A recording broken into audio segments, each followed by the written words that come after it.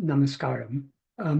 Today I'm going to be talking about verse 3 of Aruṇācala Navamaṇimālai.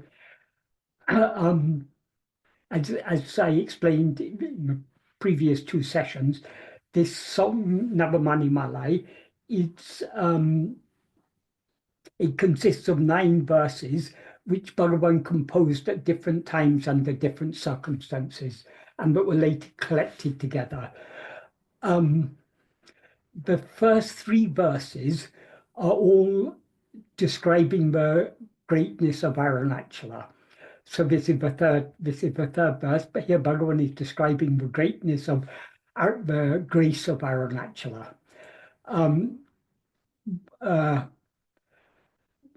The verses, I'll first read it in Tamil.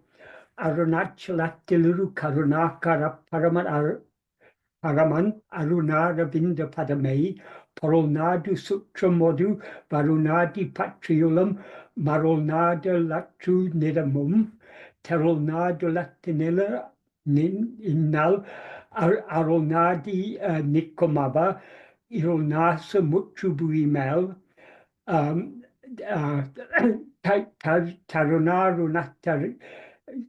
teruṇā ṛaruṇakkadiri ṛaruṇāśa muṭṟucuka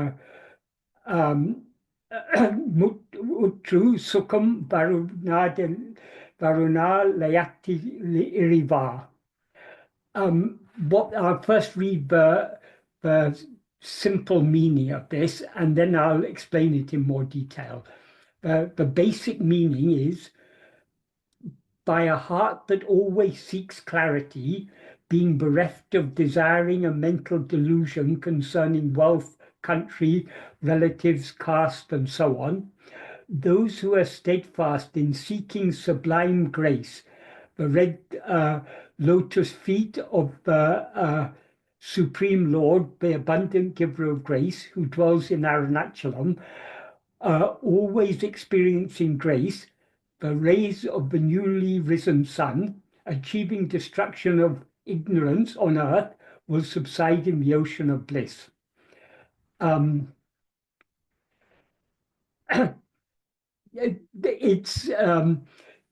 make sense of this, we have to add some more words. So an explanatory paraphrase of this is, by or with a heart that is always seeking clarity, namely the clarity of pure awareness, being bereft of desiring a mental delusion in the form of clinging or being attached to wealth, country, relatives, caste, and so on, those mature souls who are steadfast in seeking or earnestly desiring the sublime grace of the red lotus feet of the Supreme Lord, the abundant giver of grace, who dwells in Aruṇācalam, thereby always experiencing grace,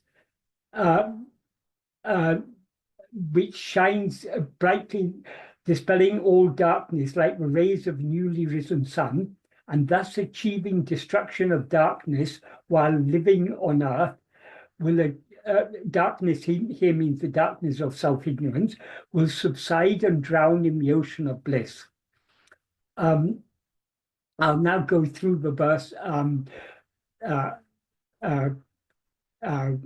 clause by clause, well, it's not exactly clause. I'll break it up into segments to explain it more clearly. The first line of the verse, calattiluṟu karuṇā karapparama aruṇāra vinda padamē, this is a description of the feet of Aruṇācala.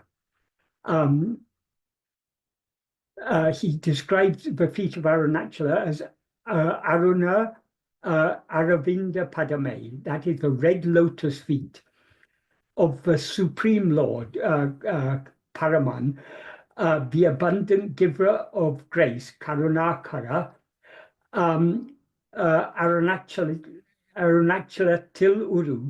who dwells in Aruṇācalam, who abides in Aruṇācala. So that implies who abides here in the form of Aruṇācala. So the Supreme Lord who is the abundant giver of grace and who dwells here in Aruṇācala. So this is a description of his feet. Often the term feet is used in devotional literature as a synonym for God himself. That is, God and his feet are one. But because the feet are the lowest part, and since we are bowing down to him, we metaphorically talk about worshipping the feet of God. That implies that we are bowing down, we are bowing low before him.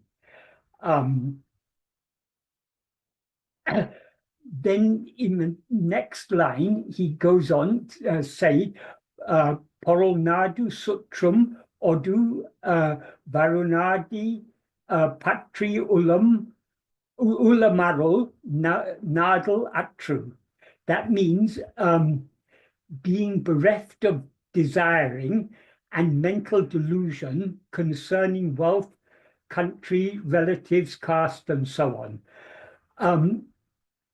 The word paṭṛi, we can take it to, the basic meaning of paṭṛi is grasping, clinging, or holding, or being attached to. It also is often used in the sense of concerning or about. So if we want to give a simple meaning, we can take it as concerning, being bereft of desiring and mental delusion concerning wealth, country, relatives, caste, and so on. In other words, not being deluded about all these things. But as I say, that word paṭṛi also means clinging. So if we expand the meaning slightly, we can take it to mean being bereft of desiring and mental delusion in the form of clinging or being attached to wealth, country, relatives, caste, and so on. The word for relatives, suṭṛam, the basic meaning of suṭṛam is those who revolve around one. So it can mean relatives, so it can also mean friends or anyone who hangers on or anything. It can also mean like a person, if a person is in a high status in society, they may have so many people hanging around them. So basically, being bereft of attachment to any form of relationships, whether relatives or friends or those who hang around one. In order to seek the grace of Aruṇācala, we need to be bereft of all forms of attachment to wealth, attachment to country, attachment to our friends and relatives, attachment to caste. And he says, and he adds there adi, he's beginning with. So it implies not only nationality and caste, but also religion. All forms of attachment need to be given up, because these are all ūla, they're all mental delusions. And they give rise to desire. I mean, they're born of desire. This mental delusion is born of desiring. Ṇaruṇāra here means seeking, or it can also mean desiring. In this context, it means desiring. So we need to be free of all desire and attachment for anything.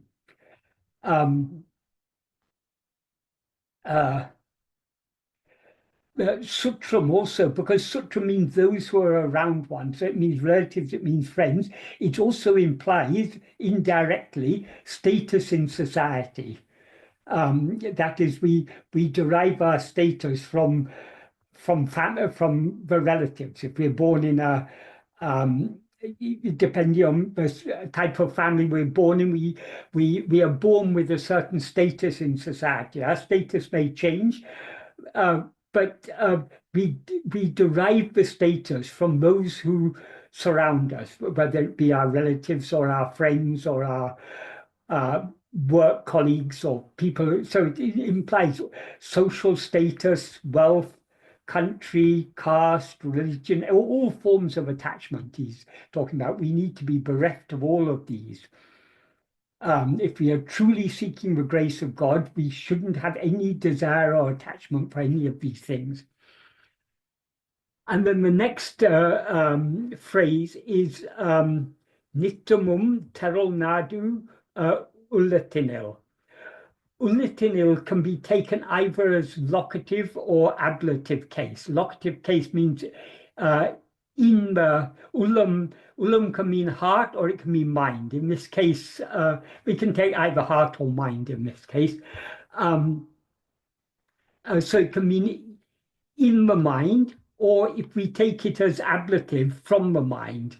But often the ablative is used in the sense in which we would use by or with in English. So I've translated it as by or with a heart that is always seeking clarity. It's significant. The word Bhagavan uses here for clarity is teruṇā. He also talks about grace, aruṇā. There's an indirect implication here, but the grace manifests in the form of clarity. That is the inner clarity, the clarity of pure awareness, or the clarity that is the mind, as Bhagavan says, for example, in verse, verse in ūlū Bhagavan says, Bhagavan gives a very nice description in verse 22 of ūlū, in which he says, except by turning the mind back within and completely immersing it in God, who shines within that mind, giving light to the mind, how to fathom God by the mind.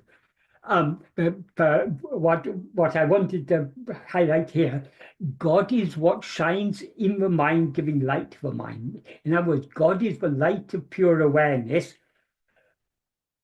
that enables the mind to know both itself and all other things.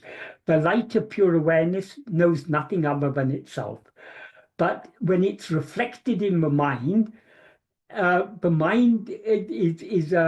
what is called chidabhasa, which means a semblance or reflection of awareness. So the mind is that awareness that is aware of things other than itself.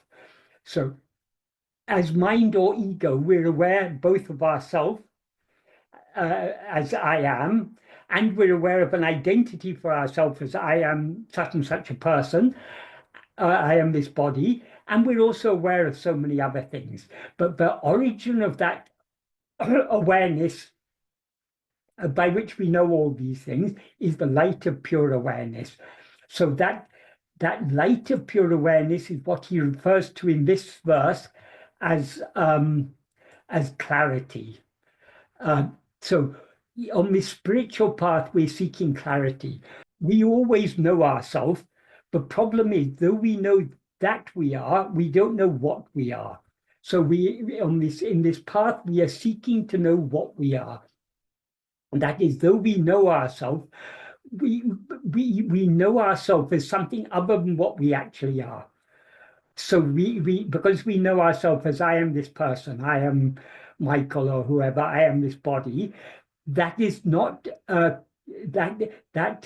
that false identification clouds the clarity of pure awareness, which is our real nature.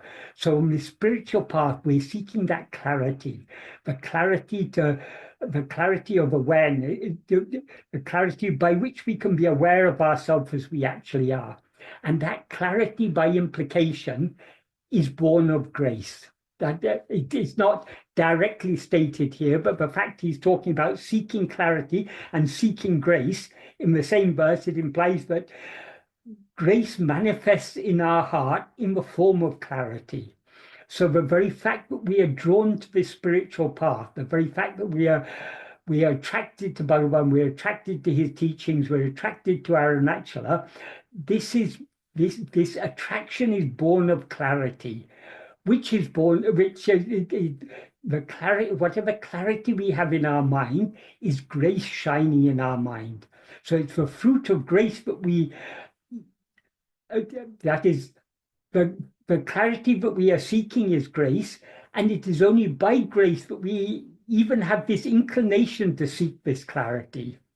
So it's, as always in Bhagavan's verses, there's a lot of underlying implication in the words he uses. So this is one of the implications, that grace manifests in our heart in the form of clarity, and it also manifests in our heart in the form of the desire, the love for the desire to seek clarity. So as I said, nitamun teruṇāḍu ḍuḷattiṉiṉa means by or with a heart, but always seeks clarity. Nitamun means always. It's a very emphatic way. That is, nitam is a Tamil form of the Sanskrit word nitya, and the emphasizes the meaning constantly, without a break. And then the next group of words is ṇaruṇādi niṭkumava, those who are steadfast in seeking sublime grace. Again, he uses the same word for seeking. In the previous clause, he used ṇaḍu. Here he uses ṇādi niṭkum. Those who, niṭkum implies, niṭkum means to stand, but it implies in this context who are steadfast. Who are steadfast what? In seeking grace. And he describes grace as ṇaruṇāra. Null, the simple meaning of null is good, but in this context it implies sublime grace, the divine grace. So that is those who, the people who receive the grace of Aruṇācala are those who are steadfast in seeking his grace with a heart that is always seeking clarity. That is, they're seeking grace and seeking clarity because clarity is the fruit of grace. So the implication is, when he says Abba, those, that implies those mature souls who are, and he describes those mature souls as who are steadfast in seeking or earnestly desiring sublime grace.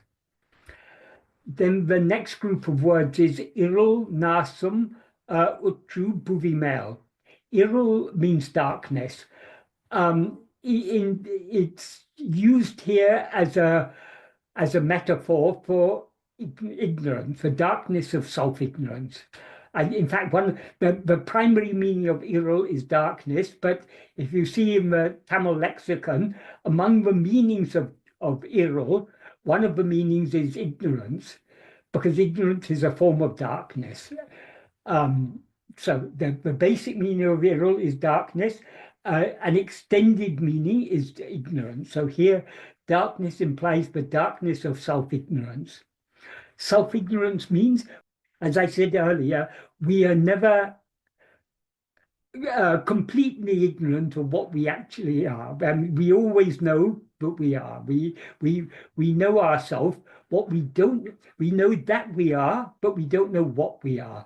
So the self-ignorance is the false awareness, I am this body.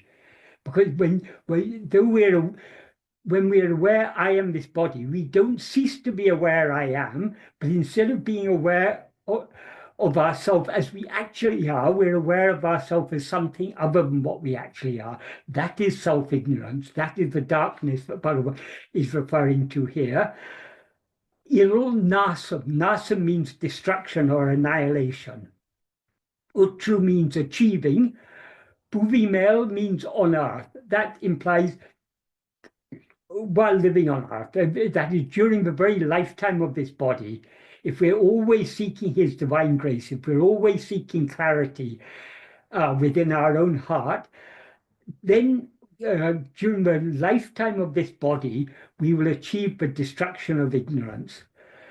And then the next group of words is teruṇā, aruṇā,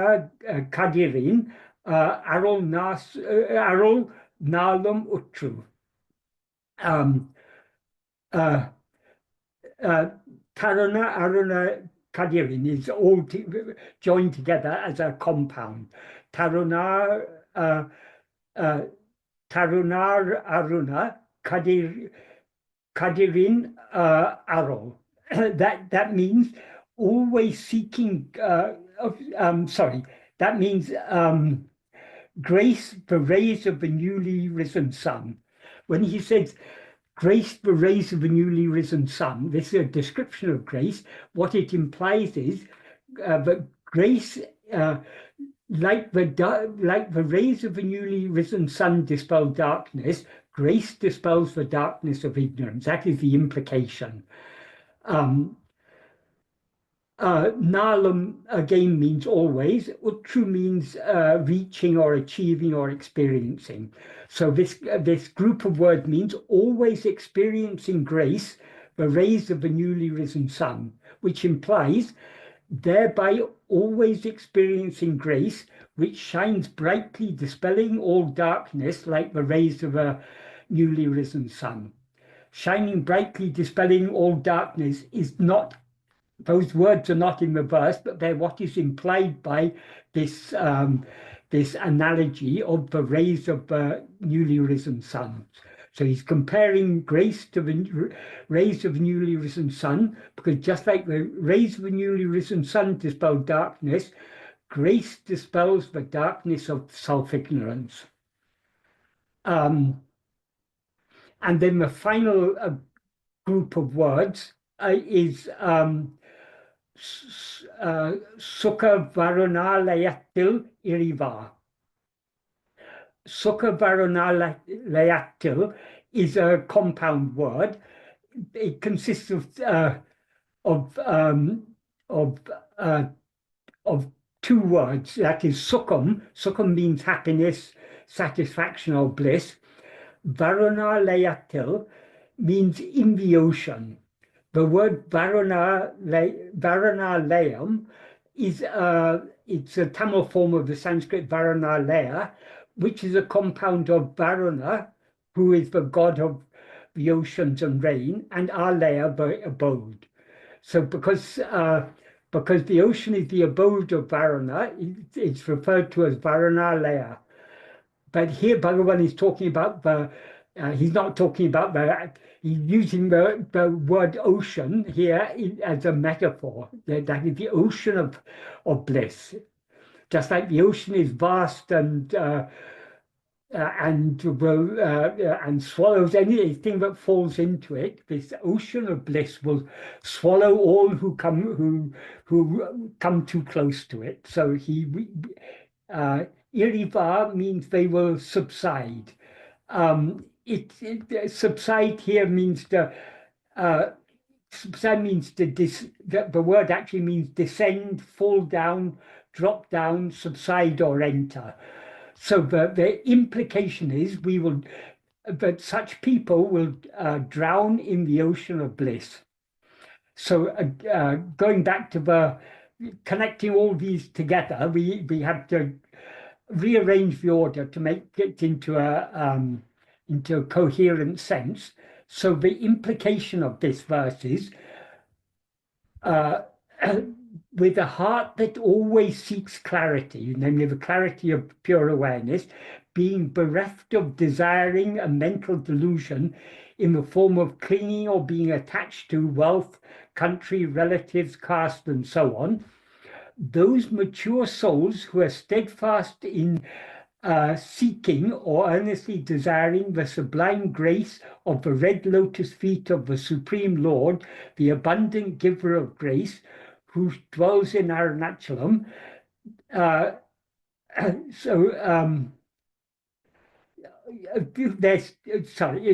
Because it's connected all together, it's a little bit difficult. I mean, we have to make it's all one sentence, but many clauses and phrases make up this sentence. So they are steadfastly seeking the sublime grace, thereby always experiencing grace. That is, by seeking grace, we will always experience grace. If we're always seeking grace, we will always experience grace. Grace is ever available. We just need to open our heart to it. We need to earnestly desire it. And the true fruit of grace is clarity. So only if we are truly seeking clarity, namely the clarity of pure awareness, the clarity of being aware of ourselves as we actually are, if we're earnestly seeking that, that is seeking grace. And so we will always experience grace. And that grace shines like dispelling all darkness like the rays of a newly risen sun. So by always seeking his grace, we will thereby experience his grace, and thus we will achieve destruction of the darkness of self-ignorance while living on earth, and we will subside and drown forever in the ocean of bliss. So this verse is a very great assurance for us, for those of us who are seeking clarity. If we are always seeking clarity, which is nothing other than the grace of Aruṇācala, always shining in our heart as the light of awareness, if we're always seeking that clarity, which is that clarity is itself the sublime grace of the red lotus feet of the Supreme Lord, the abundant giver of grace who dwells in Aruṇācala. In other words, God himself who abides in Aruṇācala, who abides in the form of the holy hill Aruṇācala. He's always abiding there. He's not only is he shining outwardly in the form of Aruṇācala, but as Bhagavan makes clear in so many of the verses of Aksharam and the other hymns of this, of Stuti Panchakam, he's always shining in our heart as I. So if we're always seeking his grace, if we are fortunate to live there, that is a great blessing. But even if we're not fortunate to live there, as he said in the previous verse, and he concluded the previous verse by saying, Mukti nineka varal Aruṇācalam. That is Aruṇācala who graciously bestows mukti when merely thought of. So even if we are not actually residing in Tiruvannāmalai, even if we are many thousands of miles away, if we're always seeking his grace, if we're thinking of him, we will, and the truest way to think of him is to turn our attention within, because he is ever shining most immediately in our heart as the fundamental awareness of our own being, Satchit, I am. So if we're always trying to turn our attention inward, seeking his grace, seeking the clarity that is the very nature of his grace, we will thereby achieve the destruction of darkness and will drown in the ocean of bliss while living here and now in this very lifetime, is the implication. I hope I've explained that adequately, because it's all a lot of ideas are packed in this verse in many groups of words, and all of which form one sentence. It's a bit difficult to, it really needs to be read and thought about very carefully. To explain it orally is not very easy, because we have to tie all the different pieces together. That is if we want to understand this verse, we can understand it much better by reading it carefully rather than by listening to it. But anyway, I hope I've, to some extent, done justice to it. It's a very beautiful verse and a very great assurance that Bhagavan gives us. So the first question is, first, in the self-attention practice, I am able to sense the I and try to direct my attention to it. For a few brief moments, everything seems to come to a halt. But after those moments, I'm somehow back to the external world without my own will. I only realize it a few minutes later. Is it important to try to stay inward for longer, or is the act of turning in and the frequency of doing so the most important thing? Firstly, this person says, I'm able to sense the I and try to direct my attention towards it. It's important that we all recognize that I is not some unknown thing. That is the one thing we all know more clearly than anything else is I. I mean, all our experience is centered around the experiencer, who is, and as the experiencer, we experience ourselves as I. However, it's important what is necessary in order to investigate what we are, in order to attend to what we are. We need to distinguish I from all the adjuncts with which it is now conflated. That is, we are always aware I am. But when we rise as ego, we're not just aware I am, we're aware I am this body, I am this person, I am such and such a person. So we are identifying ourselves with the body. And as Bhagavan says, the body is a form of 5 sheaths. In other words, the body, when Bhagavan talks about ego being the false awareness, I am this body, what we as ego are aware of as ourselves is not just the physical form of the body, but all the 5 sheaths. That is the physical form of the body, which is called annamaya kosha, the life that animates the body, which is called pranamaya kosha, and the mind, intellect, and will that function within the body. That is, the mind is called manamaya kosha, the intellect is called vijnanamaya kosha, and the will is called anandamaya kosha. So these 5 components make up the body that we experience as I. So in order to know what we actually are, we need to distinguish ourselves from these adjuncts, because this body all these 5 sheaths are things that appear in waking and dream, but disappear in sleep.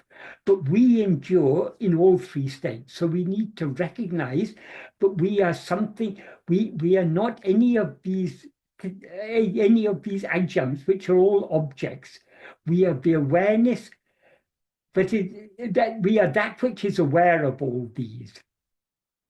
So the awareness is the I, but we need to investigate. So we need to recognize that what we're investigating is not any object or phenomenon, it is the subject, or more deeply, it is the reality of the subject, what the subject actually is, the awareness that illumines the subject, so to speak. So we need, I just say that for clarification, because when he says, I'm able to sense the I, it's not entirely clear what he means by that, whether he thinks I is some unknown thing, or whether he means that he's able to distinguish, at least to some extent, he's able to understand the distinction between I and everything that we identify as I. But that's necessary in order to direct our attention towards I, towards what we actually are. So we need to direct our attention only towards that which is aware of all phenomena. We're not directing our attention to any phenomena, but that which is aware of all phenomena. And then he goes on to say, for a few brief moments, everything seems to come to a halt. Yes, that is when we turn our attention back towards ourselves, we subside and everything subsides along with us. So we can say, yes, everything does come to a halt, so to speak. To the extent to which we attend to ourselves, all other things, we as ego and all other things subside. That is, we as ego subside and all other things subside along with us. So we can describe that as everything coming to a halt. But after those moments, I am somehow back to the external world without my own will. This also, clarification is required here. When we try to attend to ourselves, we try to attend to ourselves because we want to know what we actually are. So attending to ourselves is an act of our will. It's under the sway of the desire to know what we actually are, or the love to know what we actually are, but we try to attend to ourselves. When our attention slips away from ourselves towards anything other than ourselves, towards the external world or towards thoughts of in the mind or whatever it is, when our attention is diverted away from ourselves towards anything else, that is not without our own will. It is because we want to attend to other things that we attend to them. So Bhagavan often used to say this spiritual path, referring particularly to this path of self-investigation, is a battle fought within our own will. That is, we have a liking to know what we actually are, but we still have very strong liking to experience things other than ourselves. So long as we have a liking to experience things other than ourselves, we are reluctant to turn within, because turning within means we have to give up everything else. So when we turn our attention back towards ourselves, that is, we do so under the sway of our will. And when we allow our attention to go outwards again towards the external world or any other phenomena, that again is under the sway of our will. So we need to recognize the role that our own will is playing. That is, our will obviously consists of likes, dislikes, desires, attachments, hopes, fears, and so on. But in its subtlest form, it consists of what are called vasanas. Vasanas means inclinations. These inclinations are the seeds that give rise to all the likes, dislikes, desires, attachments, hopes, fears, and so on. So all our likes and dislikes and desires and attachments and so on, in their seed form, are what are called vasanas. And vasanas are inclinations. So there are, broadly speaking, two types of inclinations: sat vasana and vishaya vasana.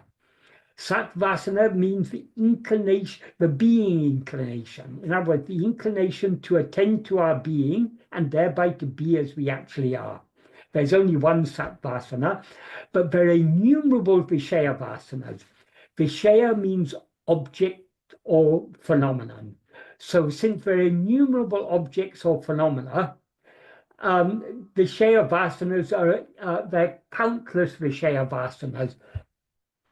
So the battle is between our sat vasana, our love to turn within and to attend to our own being in order to know and to be what we actually are, on the one hand, and on the other hand, this vast crowd of this multitude of vishaya vasanas, inclinations to experience things other than ourselves. When we turn our attention within, we do so under the sway of the sat vasana. When we allow our attention to go outwards, we do so under the sway of vishaya vasanas. If we had all-consuming love to know and to be what we actually are, we could very easily turn our attention back within, and as Bhagavan says in this verse, which I was just discussing, we will drown thereby in the ocean of bliss. But because we still have very strong vishaya vasanas, very strong inclination to experience things other than ourselves, we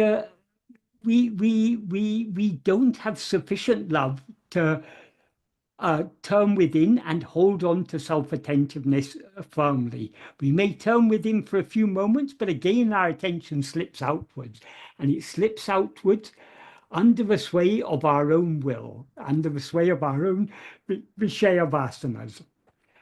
And then he goes on to say, I only realize it a few minutes later. And then come the questions that he wanted to ask.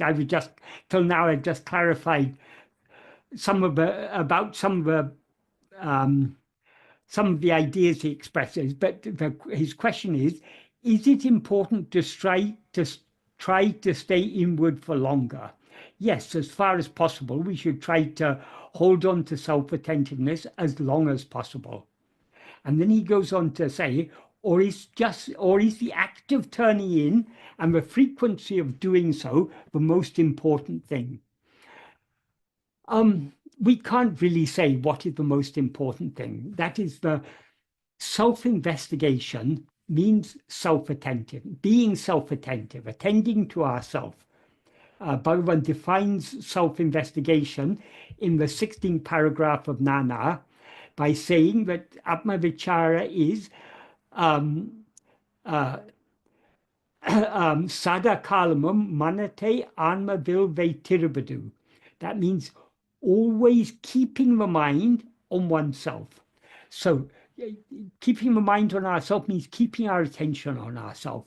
So our aim is to keep our attention on ourselves as much as possible, because only by doing so will we gain the clarity to be aware of ourselves as we actually are. So since our aim is to attend to ourselves, but most of the time our attention is turned outwards, in order to attend to ourselves, we need to turn our attention away from other things back towards ourselves. And having turned our attention back towards ourselves, we need to hold on to that self-attentiveness as steadily as possible, for as long as possible. So obviously it's important to turn our attention back to ourselves whenever we find it has slipped away towards anything else. And having turned our attention back to ourselves, we should try to hold on to self-attentiveness as long as possible. So we can't say one is more important than the other. Both are, both are an essential part of the practice. Whenever our attention turns outwards, we need to turn it back within. And having turned it back within, we need to hold on to the self-attentiveness without trying to prevent it slipping out again. But sooner or later, it will inevitably, under the sway of our Vishaya vasanas, it will inevitably slip out again, and we need to bring it back. So we can't say that it's more important turning within frequently, or it's more important holding on to. Both are important. That is, whenever our attention turns outwards, we need to turn within. Whenever we turn our attention inwards, we need to try to hold on to that inward turning, that inward turn state, in other words, the state of self-attentiveness. Turning within means turning our attention away from all other things back towards ourselves. So whenever our attention is away from ourselves, we need to bring it back to ourselves. Whenever it's directed to ourselves, we need to try to hold on to that self-attentiveness. So I hope that's an adequate answer to that question. So the second question is, I find it fascinating that this waking state is just another dream, but a lot of questions arise in the mind when I think about it. The continuity of the current dream from yesterday to today seems to be a striking difference compared to other dreams. I know we shouldn't worry much about analyzing this, but it seems like a puzzle that will help in understanding our own nature. Any thoughts would help. Thank you. Yes. Yes, naturally, when we first hear this idea, a lot of questions will arise in our mind. It's important that we find answers to these questions. If necessary, we can ask others, but we also need to think about this very carefully for ourselves. And then we need to try to find the answers to our questions for ourselves. This is one of the differences that people often point out, is this difference that there's a continuity of the current dream from yesterday to today. That is simply because the whole of our present life is one dream. That is, from the time we're born to the time we die is one dream. That dream is interspersed with periods of waking, with periods of sleep. And within the sleep is again interrupted by other periods of dream. So the dreams we have at night are dreams within a dream. That is, the whole of our present life is a dream. Those other dreams are dreams within a dream. That's one important thing to understand. The other thing is, when we talk about continuity, what gives continuity to our current dream is our memory. We remember yesterday, we remember the day before yesterday, we even remember not everything, but we remember certain things about last year, about 10 years ago, about when we were children. So our memory stretches far back, and because we have at least some memory of our life stretching back to the time when we were very small, maybe our memories go back to the age of 3 or so, we have our memories give a continuity. It gives a continuity to our identity. It gives we have a certain mental image of our life up to this point, from our early childhood up to now, all the events, or at least the major events of our life. We've got we retain an impression of these. That impression is called memory. So memory is what gives continuity. The same memory that we have in the waking state, we also have in dream. That is, in dream, we don't dream that we're some different person. We dream that we are the same person. We may be having different experiences, but we still identify ourselves as the same person. And we still have memories.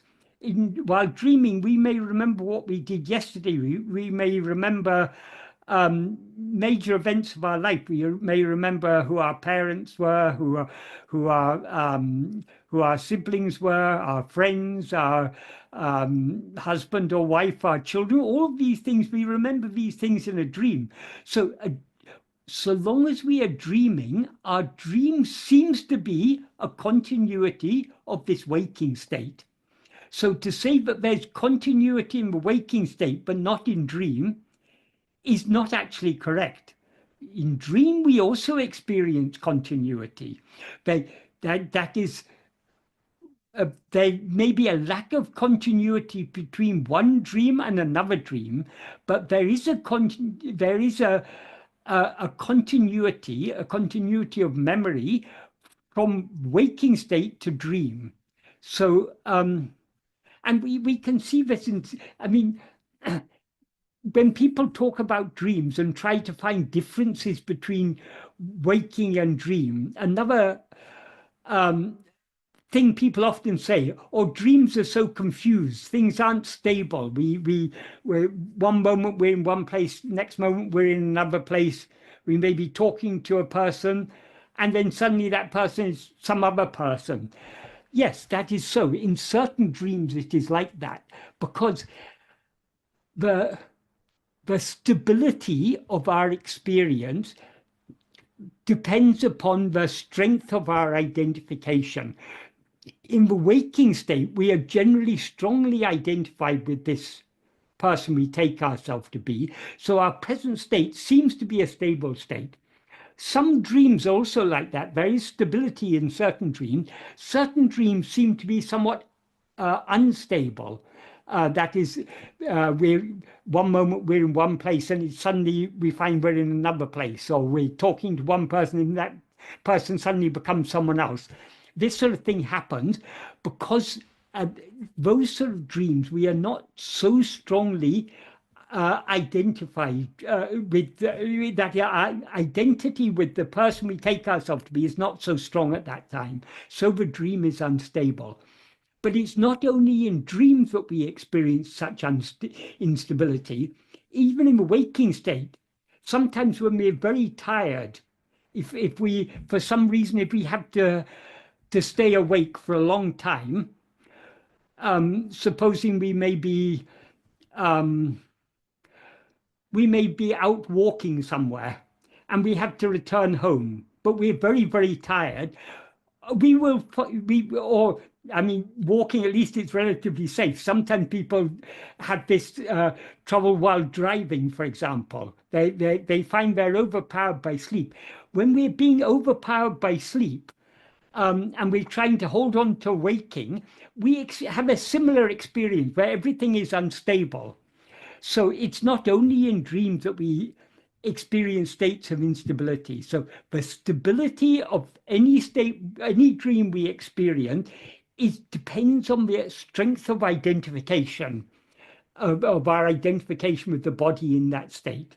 So when we're in a very sleepy state or in a sort of half dreaming state, then the identification is not very strong. So the whole state seems to be unstable. There's one type of dream that I've certainly experienced many times, and many other people seem to have experienced a similar dream. Sometimes we dream, but we wake up in the morning. That is, it seems to us that we've woken up and we begin to go about our day-to-day tasks. We may remember that we have got an urgent appointment that we have to go to, so we get up and we rush, we brush our teeth, we quickly have some breakfast or something, and we're about to rush to go out the door, and suddenly we wake up again. And then we realize that the first waking was actually just a dream. So often we fail to while we're experiencing a dream, it seems to us to be the waking state. So it seems to be, I mean, we may wake up in the morning, we have a memory, oh, I've got an important appointment today, I've got to go there. That shows that the memory of the waking state is there in the dream. But then we wake up again and find, oh, the previous waking, which seemed to be a part of a waking state, was actually another dream. So this talk of continuity, it's only when we are viewing dreams from the perspective of this waking state, we can say, oh, those dreams lack continuity. But from within the dream, we experience continuity. So like this, we need to think carefully we need to consider our experience carefully. If we consider our experience carefully, it is very clear there is nothing in our present state by which we can prove that this is not a dream. That is, whatever we experience in our present state, we could equally well experience in a dream. So there cannot be anything that we could experience in this state that can conclusively prove that this is not a dream. So since we have no evidence that what we are now experiencing is anything other than a dream, we have no reason to suppose that what we now take to be the waking state is actually anything other than a dream. So all these things, this is where manana, carefully thinking about the implications of what Bhagavan has taught us, carefully thinking about the reasons why Bhagavan has taught like this. If we think carefully about these things, then they become more and more clear, and we get a greater and greater conviction. And this conviction, this clarity of understanding, is important, because in order to investigate what we actually are, we need to clearly understand, that is, to the extent to which we clearly understand Bhagavan's teachings, to that extent will we be clear about what is the practice of Bhagavan's teachings. And one of the reasons, for example, this thing about waking being just another dream, why did Bhagavan teach this? He taught this because so long as we take this waking state to be real, we will be attached to it and we will have desire for it. In order to weaken our desires and attachments, it's very helpful to recognize that all what we take to be this waking state is not real. It's just another fleeting dream. It has no reality. So why should we desire? We desire these things. We desire things in this waking state because we think they're real. Just like in dream, we desire so many things in dream because we think they're real. In dream, we may, for example, we may buy a lottery ticket, and our lottery ticket may win. And when we buy the lottery ticket, we do so with a desire to win $1 million or whatever it is, a million or a crore of rupees or whatever it may be. We do so with that desire. And then when our lottery ticket wins, we're very happy because, oh, I've got so much money. we desire these things and we're happy about these things because we take them to be real. But then we wake up and we find this crore of rupees or $1 million that we just won is not at all real. It was just a mental fabrication, and then the desire for it goes. So if we recognize that this present state is a dream, this will help us to weaken to reduce the strength of our desires and attachments.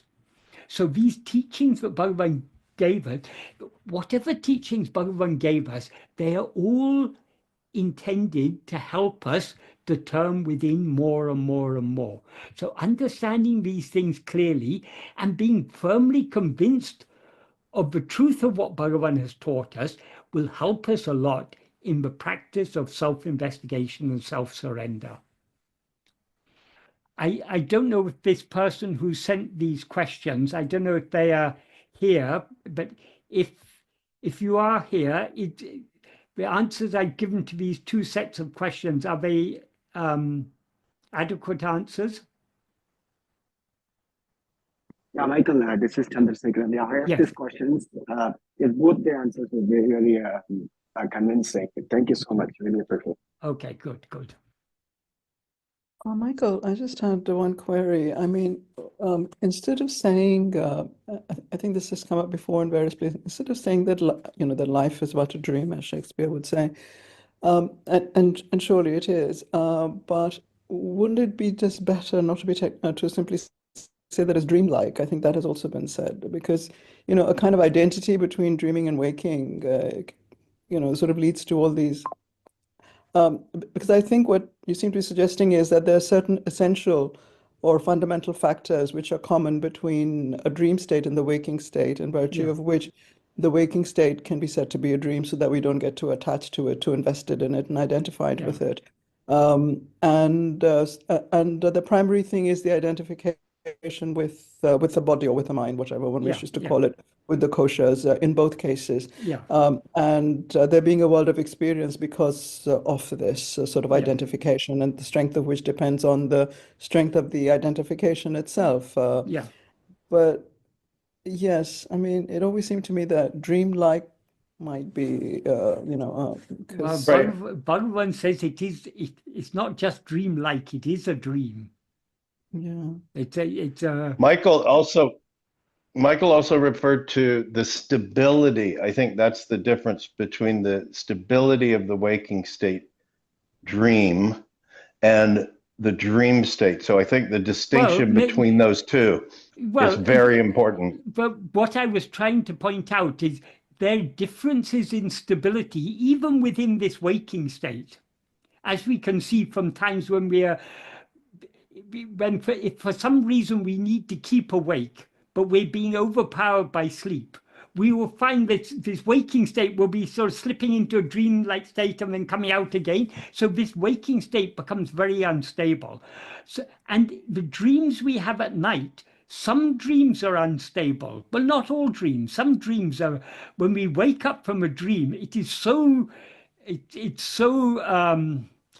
appeared to be so real. It takes us a little while to adjust to this waking state, and as I say, often, like the very common example that many people experience of waking up in the morning, starting to go about their day-to-day tasks, and then waking up again, that clearly shows that dream that took place before waking seemed to be the waking. It seemed to be just as stable. It seemed there was no lacking of stability in that state. It was only when we woke up again that we realized that the first waking was not waking, but a dream. I think often in Advaita philosophy, it's often people take waking to be analogous to sleep, but not exactly analogous to dream, but not actually a dream. they often refer, because, for example, Gaudapada, he writes a lot about the non-difference between waking and dream in the Mandukya Karika. Many people try to explain that away, saying the waking state, it's not a dream, but it's like a dream. But Bhagavan was very, very emphatic. It is just a dream. And this has huge implications if we think about it. And it, as I say, it's very, very important to, if we truly understand this, if we truly are convinced of this, it will greatly reduce the strength of our desires and attachments. We desire things and are attached to things because we take them to be real. But if we at least understand to some extent that these things are not real, they're no more real than anything that appears in a dream, that will help us to detach ourselves, to reduce the strength of our desires. In the dream, when we buy the lottery ticket, if we knew it was a dream, we wouldn't be excited about winning, about the prospect of winning, and we certainly wouldn't be excited when we won, because we know it's all a dream. It's so after some time I'm going to wake up and then it'll all go. So, but the excitement of buying the lottery ticket and the excitement of winning the lottery in the dream derives entirely from the fact that while we're dreaming, that dream seems to us to be real. So understanding the unreality of all these things will help us to reduce our desires. But of course, it's a matter of, it's one thing to understand superficially, but that needs to become a deeply rooted conviction. And that it becomes a deeply rooted conviction only to the extent to which we have clarity. And we gain that clarity by means of self-investigation. That is, the source of all clarity is in our own heart. That's why it's very significant in this verse I was talking about today, this verse 3 of Aruṇācala Navamaṇimālai. Bhagavan talks about those who are always seeking clarity. That's what this spiritual path is all about. We are seeking clarity, because only clarity will dissolve the darkness of ignorance. And clarity we can get to some extent by hearing these things from Bhagavan and by thinking about them. That is, from the Sravana and Manana, we get a certain amount of clarity. But the real clarity comes only from the nididhyasana, from the actual practice. So the deeper we go in the practice, the clearer Bhagavan's teachings will become to us. The stronger our conviction will become in the truth of Bhagavan's words. So Sravana and Manana are important, but they are not as, they're important aids to self-investigation. They're important supports to self-investigation, but they can never be a substitute for self-investigation. The real clarity comes only to the extent to which we actually go within. Because the source of all clarity is our own, is Satchit, our own awareness of our own being, that light that is shining in our heart as I. That is the source of all clarity. So only to the extent to which our attention dwells upon that light of awareness in the heart, only to that extent is our mind purified and clarified. And do we get the really strong conviction in the truth of what Bhagavan has taught us.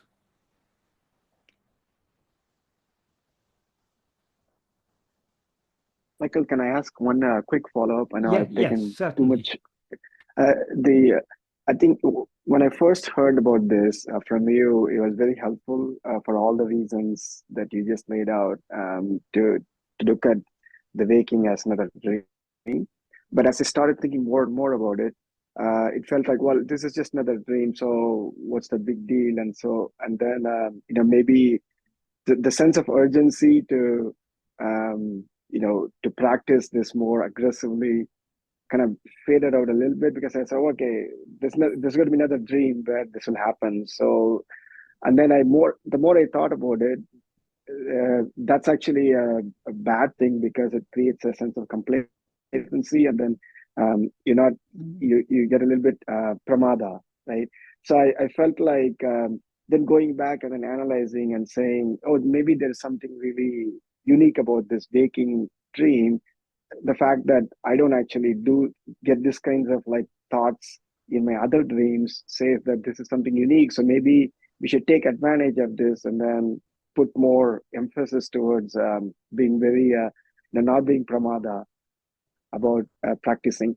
So that's why I was asking you this whole question of like, are there any differences that we should say? And maybe that is a good way to think about. Well, have you never, if you spend a lot of time in the waking state, practicing what Bhagavan is teaching and also thinking about it, because the manana and the nididhyasana go very closely hand in hand. So if we think about these things a lot in the waking state, we will continue thinking about these things in a dream.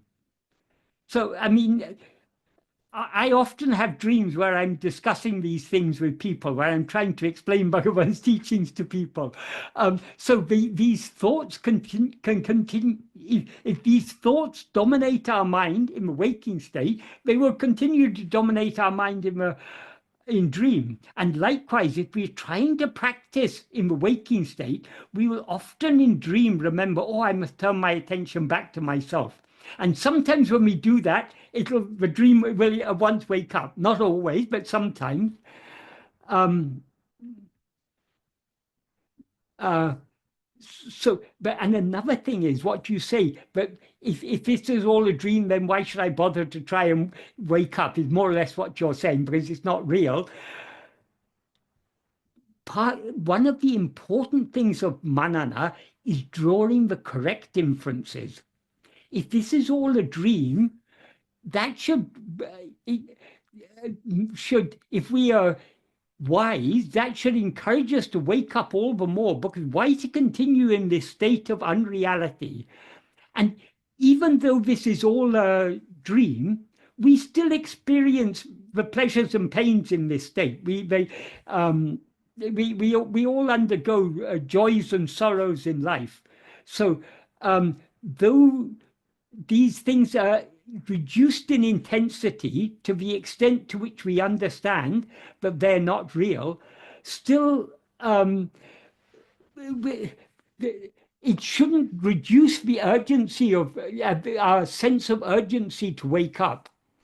Because why to continue in this state of a dream is a state of delusion. Do we want to remain in a state of delusion, experiencing a mixture of pleasure and pain, when our real nature is infinite happiness? Why should we continue in this state? So we need to connect all of Bhagavan's teachings together and get a clear understanding of why it's important for us to practice self-investigation. Our present state is not a satisfactory state.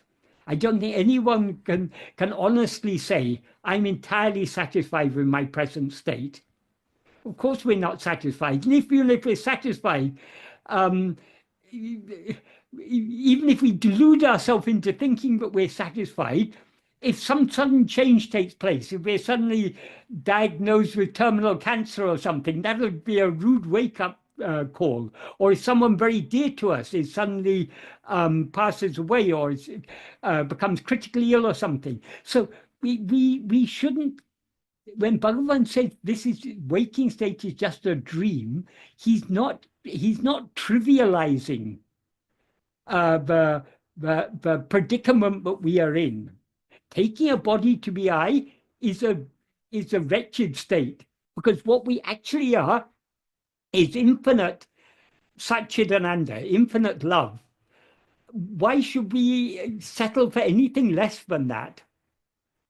So our manana needs to be go deep and also needs to be broad. It needs to connect all the different elements of Bhagavan's teachings together. So we need to have a clarity of understanding and a clarity of purpose. Is that an adequate answer to your question?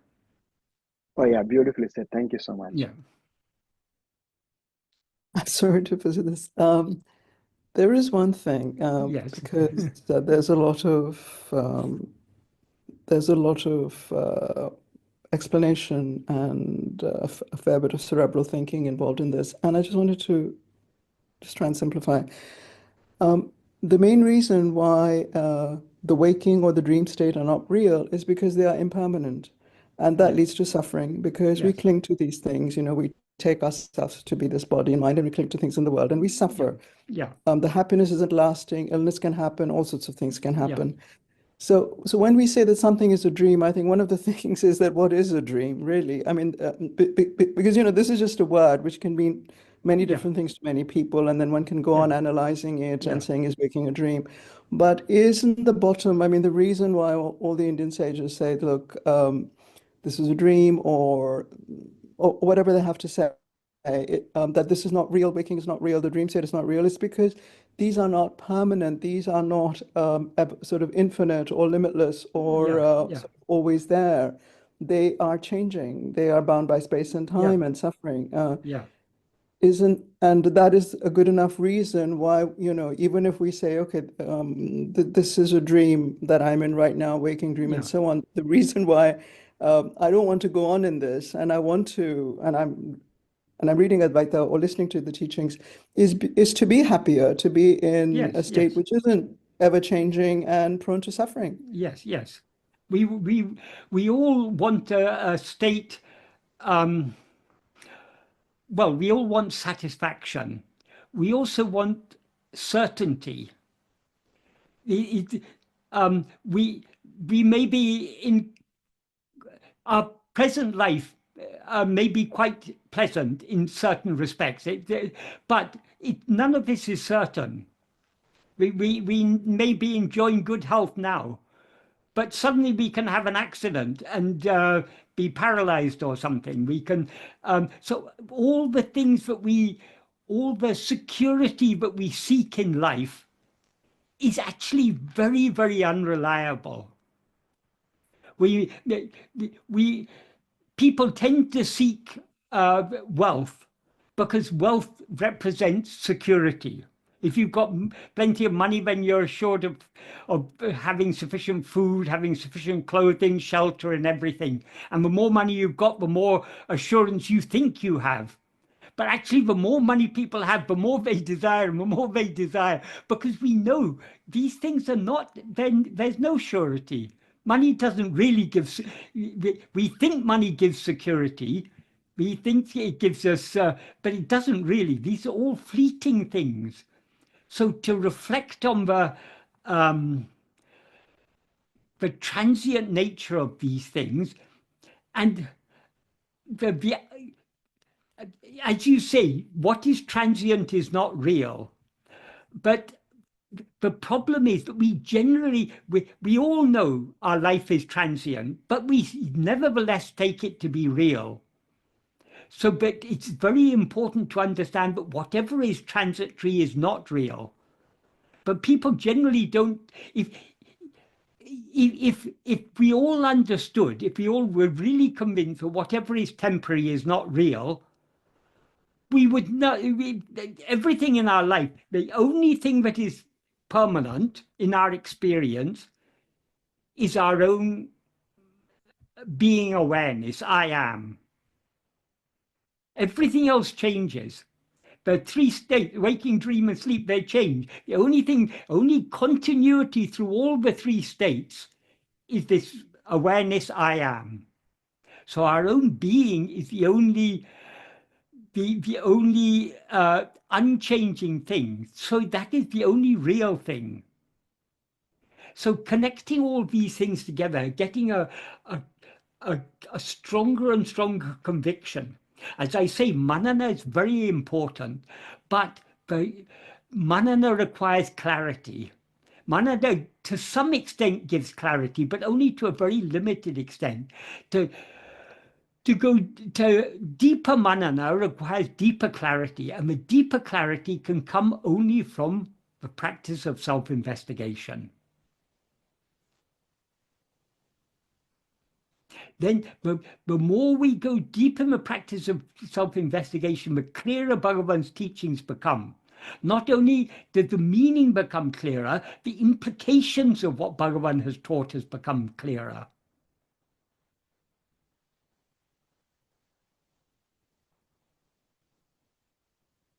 We have about 6 or 7 questions, Michael. Right. So I'll start with Yeah. the questions we have here. So the first question is, could you kindly talk about Aruṇācala Venba, written by Śrī Sadhu Om, how he came to write it? There are many verses in Aruṇācala Venba which give great assurance on the efficacy of thinking about Aruṇācala and self-attention. Yeah. I'm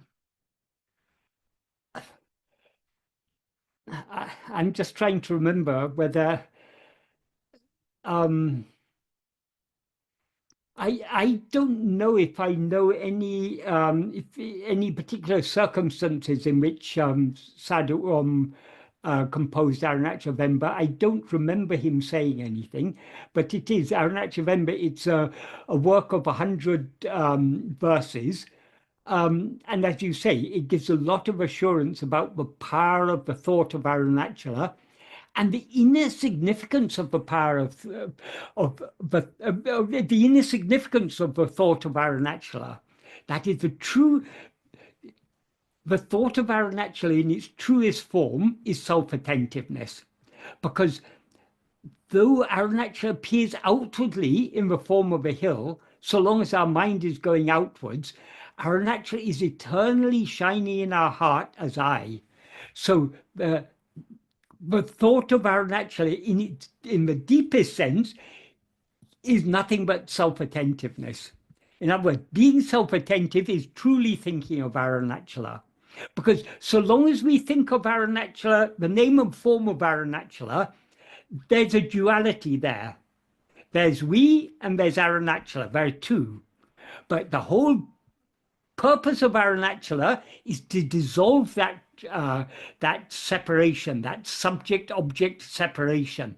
That subject-object separation, as Bhagavan made clear, is rooted in ego. Only when we rise as ego do we become aware of things other than ourselves. So even the seeming separateness of God is rooted in ego. That is, God is ever our own reality. Aruṇācala is ever our own reality. It is what we actually are. But when we rise as ego, we limit ourselves, and thereby we seem to separate ourselves. But of course, we never separate ourselves, because how can we ever be separate from the infinite? If anything were separate from the infinite wouldn't be infinite. So if Aruṇācala is the infinite whole, if God is the infinite whole, we cannot be separate from him. But we have this illusion of being separate because of rising as ego.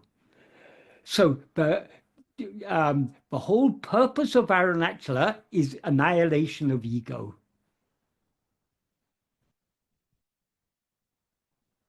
So that is what that is the central purpose of Aruṇācala. That's the central purpose of Bhagavan's teachings. So in all of Sadhu Om's, well, not all, but in most of Sadhu Om's songs, they're full of Bhagavan's teachings and constantly emphasizing the need for turning within more and more and more.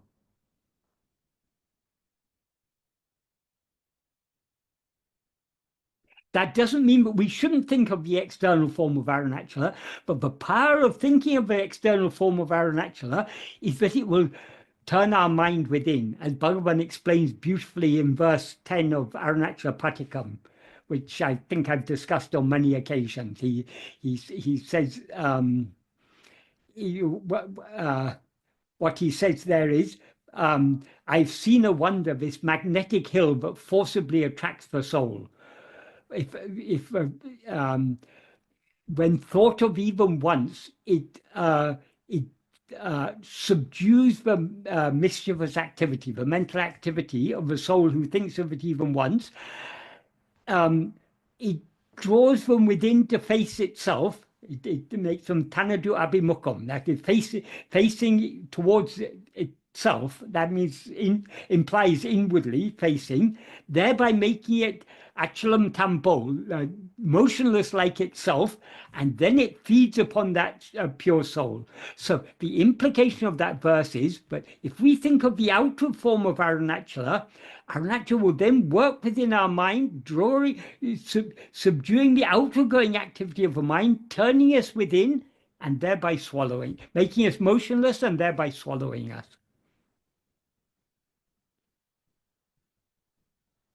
Sorry, I haven't said much about Aruṇācala Vemba, but I know there are many wonderful verses there that are talking about this. That is, as in Aruṇācala Stuti Panchakam, where Bhagavan, sometimes it seems that he's more referring to the outward form of Aruṇācala, sometimes he seems to be referring more to the inward light of Aruṇācala. But if we look at the verses carefully, actually they're seamless. We can't even when he's talking about the outward form of aruṇācala, that is an allegorical way of talking about the inward form of aruṇācala, which is ever shining in the heart as I.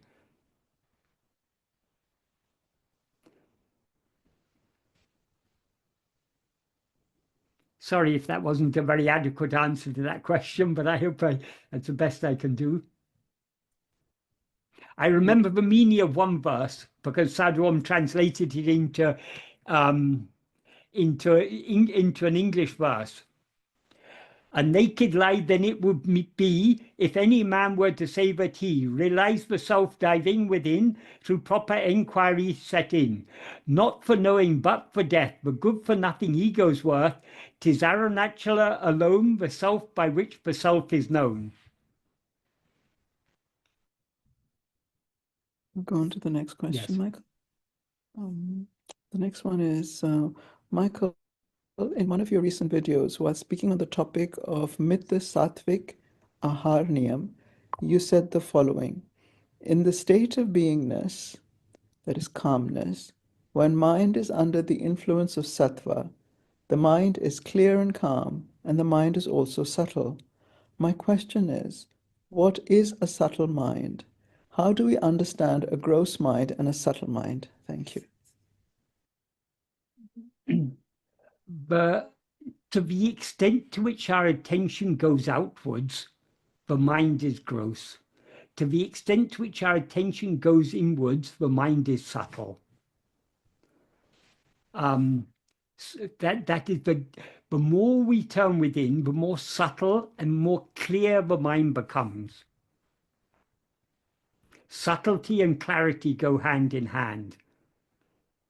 To the extent to which we go outwards, we are deluded by the seeming reality of the external appearance, and our mind is thereby clouded with desires and attachments. And the word sattva, the literal meaning of the word sattva, is beingness. So it's to the extent to which we turn within and thereby subside back into our being, that is sattva. So whatever is conducive to a sattvic state of mind is beneficial, it will be helpful to us when we try to turn our mind within. That is, merely by eating sattvic food, we're not going to become sattvic, but it is conducive to developing sattva.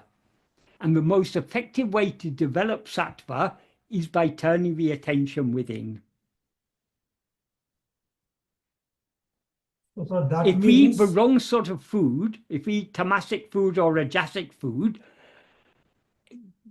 it becomes more difficult to turn the mind within. Bhagavan gives an analogy in Vichara Sangraham. He says that when the mind is under the influence of tamas, trying to investigate oneself is like trying to separate the fine threads of a silk cloth with a blunt metal bar, with a crowbar. And he says, trying to investigate oneself when the mind is under the influence of rajas is like trying to find a very small thing in the dark, in the light of a flickering lamp. If a lamp is flickering in the wind, you don't get a steady light. So it's very difficult to find something very small. So that doesn't mean we should wait for the mind to be sattvic before we try to turn within, because turning the mind within itself makes the mind sattvic.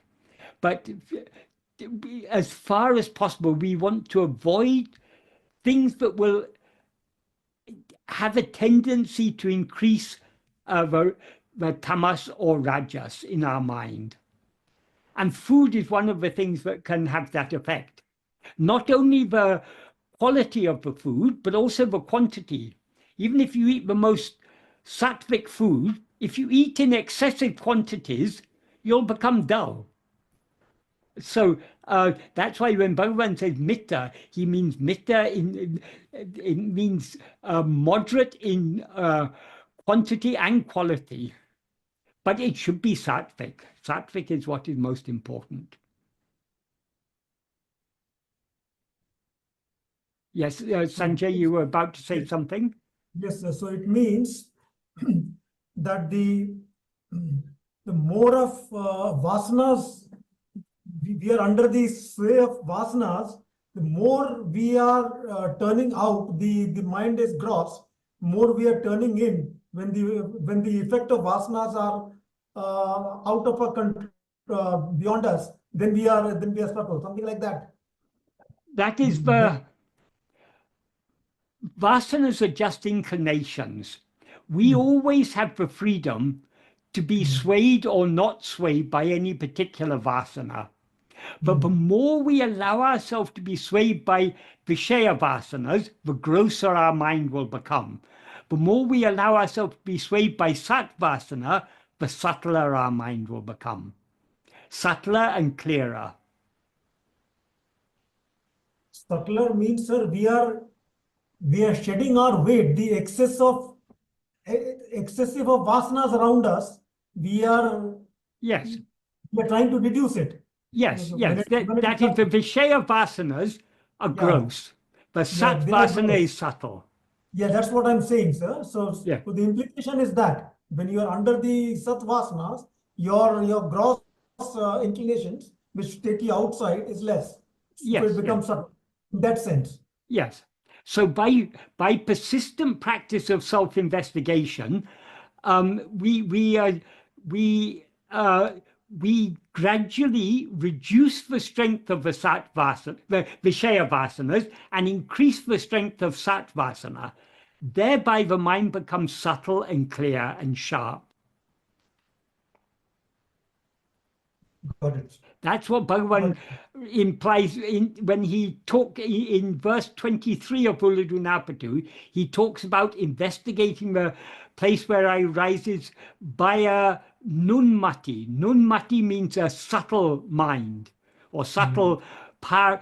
Mati can mean mind in general. It also means mind in the sense of intellect. But here intellect means the subtle intellect is viveka, the ability to distinguish the permanent from the impermanent, the real from the unreal, the subject from the objects. And again in verse 28, he talks about kundamati. Kundamati means the sharp mind. It means the same as the subtle mind. That is, the sharp mind means the mind that has been purified and clarified and has that ability to penetrate deep within.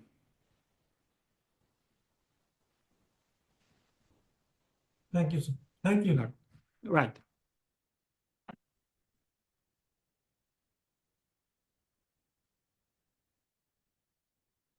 The next question is, I can't help but think that in the 19th and 20th century, there seemed to have been a huge wave of spiritual teachers, Anandamayi, Osho, Yogananda Swami, Bhagwan, Ramana Maharshi, to name a few.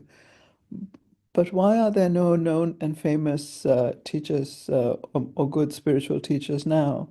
Has it anything to do with the direction we are drifting away as a society, or is it some other subtle reason that we are unable to comprehend?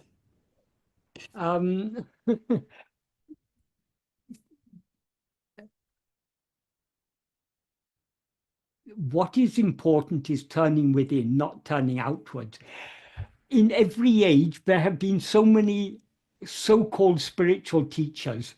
The majority of spiritual teachers are, that is, different types of spiritual teachings are appropriate at different levels of spiritual development.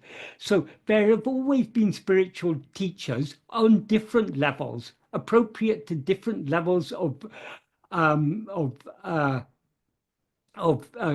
spiritual, people whose aspiration is on different levels of development, let's say, on this spiritual path.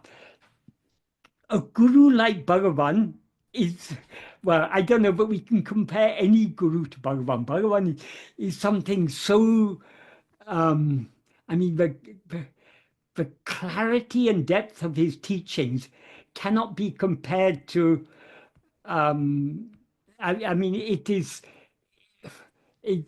well, words cannot adequately say, but we are very, very fortunate that we have Bhagavan as our guru.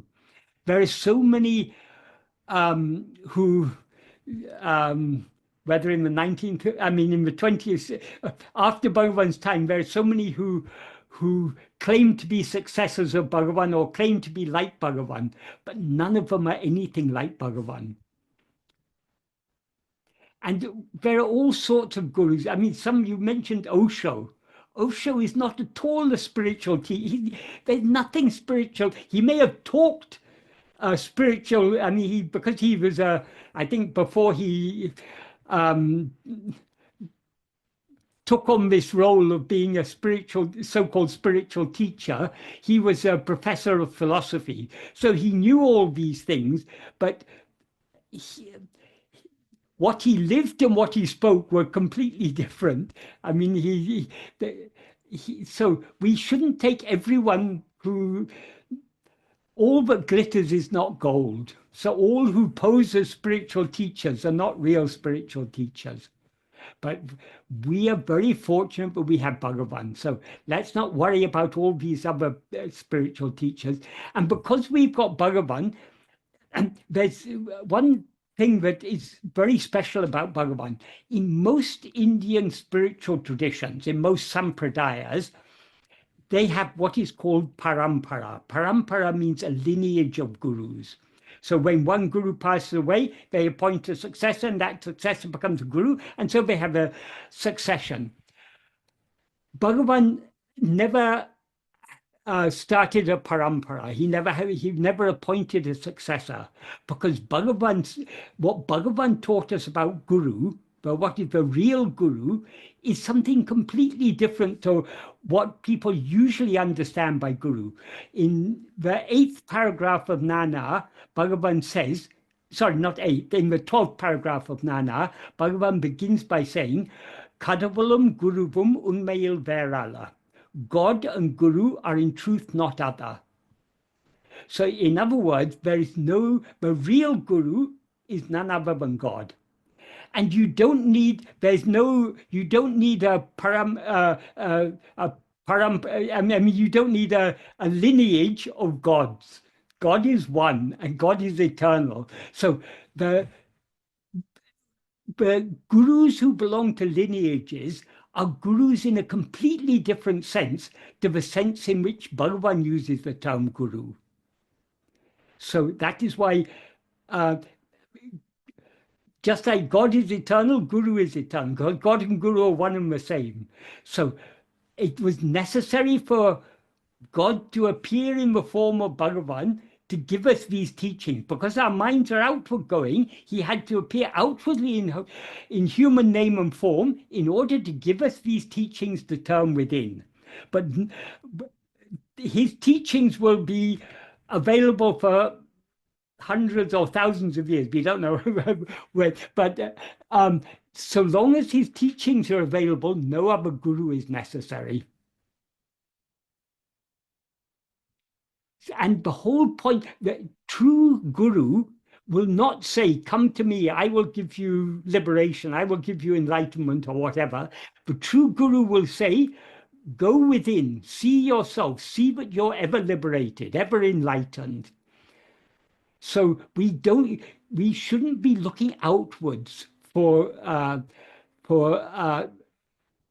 so-called enlightened masters or whatever. That is, if we've really understood the teachings of Bhagavan, we have to look within, not look outside. So what's it matter whether there are any number of enlightened masters or not? It really doesn't matter. Our concern should be to find out what we ourselves actually are. And when we find out what we ourselves actually are, we will find that we are eternally liberated, eternally enlightened. In fact, we are the light itself. So we're not in need of any enlightenment. We just need to remove darkness in the form of ego. When that is removed, the light alone remains. Thanks, Michael. Very helpful. Well, the next question is, are there any verses of Bhagavan which highlight the benefits and blessings of being in the physical presence of a sage? And also, who was Śrī Dakshinamurti, as I have read that Bhagavan was quite fond of his stories? Well, Dakshinamurti is the Adi Guru. Adi Guru means the original Guru. Lord Shiva in the form of a 16-year-old boy who when the Sanakadi rishis, the 4 ancient rishis, were they were, I think, if I remember correctly, they were Manisika Putra of Brahma, that is the the mental sons of Brahma. He created them in order to help him with his work of creation. But they weren't interested in, when we don't know what is the reality of all this, why should we engage in all this creation? So they were searching throughout their life for someone who could reveal to them the reality of all this. And eventually they found this 16-year-old boy sitting under a banyan tree. That is Lord Shiva in the form of a 16-year-old boy. And normally, in most of the stories, it is said, in fact, in all texts, it is said that they came and sat at his feet, and he, by the power of his silence, he enlightened them. But Bhagavan said something, once when Bhagavan told the story, he said when they came, they started to ask questions. And Dakshinamurti started to reply to their questions. And for every reply he gave, they asked a very appropriate question. So their questioning was going deeper and deeper and deeper. And this questioning and answering went on for 1 year. And then Dakshinamurti understood that so long as he continues answering their questions, their ignorance is not going to come to an end. So he was answering their question, Bhagavan said, with vatsalya, with the love of a father for a child. Vatsalya, I think it can also mean fatherly or motherly love. He was answering their questions. But when he saw the futility of answering their questions, Bhagavan said he closed the valve of compassion that was welling up in his heart, and he merged back into silence, into his real state of silence. And as soon as he merged into silence, they also merged into silence. When Bhagavan told this story, Murugan remarked, but Bhagavan, in no book or in none of the ancient texts is it ever said that Dakshinamurti answered but they asked any questions or that he answered their questions. It just said he taught in silence. And Bhagavan said, no, it's not in any book, but this is what happened. So how can Bhagavan say this is what happened? Because he's Dakshinamurti himself. Regarding being in the physical presence of Guru, Bhagavan made it very clear Guru is not physical. So it's the true presence of Guru. Guru is ever shining in the heart as I. However, the first 5 verses of Ulladu are on the subject of satsanga. But satsanga, as Bhagavan made clear, but Bhagavan said, but sat means being. Our real nature, Atmaswarupa, alone is sat. Alone is what is real, or what is alone is the true being. So Atmasanga alone is the true satsanga. Atmasanga means association with oneself. In other words, being self-attentive, that is the best satsanga. But if you come down one level, the next best form of satsanga is mental satsanga. That is this, and then lower than that is the physical satsanga. That is having our mind dwelling on Bhagavan's teachings is a more powerful form of satsanga than being in his physical presence. This is can be illustrated by one story that happened during Bhagavan's lifetime. That is in the later years of Bhagavan's life, there was one couple from North India who, after retirement, had come and settled in Tiruvannamalai so that they could be in Bhagavan's presence. And they used to come to Bhagavan's hall every day. At one time, some relatives of theirs from North India came to visit them. So the wife had to remain at home to cook for her relatives and take care of all their needs. So for 3 or 4 days, she wasn't able to come to Bhagavan's presence. And when her relatives left, she came to Bhagavan and she said to Bhagavan, oh, Bhagavan, for 3 or 4 days, I wasn't able to come and be here because I had to attend to the needs of my relatives. Bhagavan said, that's good.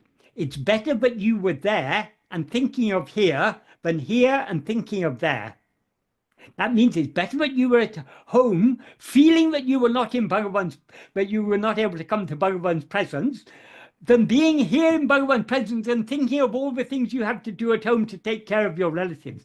So there he clearly indicates that the mental association is more important than the physical association. And this is one of the specialities about Aruṇācala. This is why Bhagavan always emphasized that mere thought of Aruṇācala is sufficient. We don't have to be in the physical presence of Aruṇācala. Even from a distance, if we think of Aruṇācala, it has that efficacy. So, as I say, there are 5 verses. The first 5 verses of Ulladu are verses on the subject of satsanga.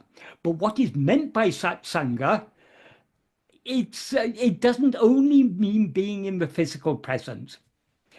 The first verse of Ulladu is a translation of a verse of Adi Shankara. There's a song by Adi Shankara called Moha Muggara. It's popularly known as Bhaja Govindam.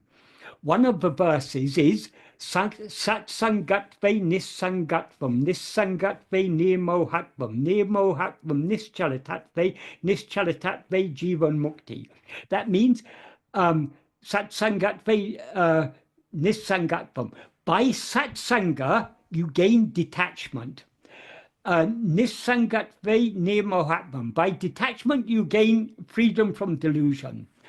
Nirmohatve nischalatatve. By being removal of delusion, you attain the state of motion, of achala, of being motionless. Nischala-tattvam, nischala-tattva jiva mukti. By the nischala-tattva, you gain jiva mukti. Bhagavan translated that verse, and at the end he wrote, ava in a campaign. That means cherish their association. But he didn't say cherish their physical association, he said cherish their association. The original verse doesn't specifically say association with sages. It simply says satsanga. Satsanga means association with sat. So we can take it to mean association with, as Bhagavan said, the truest form of satsanga is atmasanga. But the fact that Bhagavan at the end wrote ava in a campaign, ava is a personal noun, it means there. So cherish their association, it implies that it's talking about the association of a jnani. And why the association of a jnani is satsanga? Because the jnani is abiding in and as sat. The jnani is nothing but sat swarupa. He's the very embodiment of sat.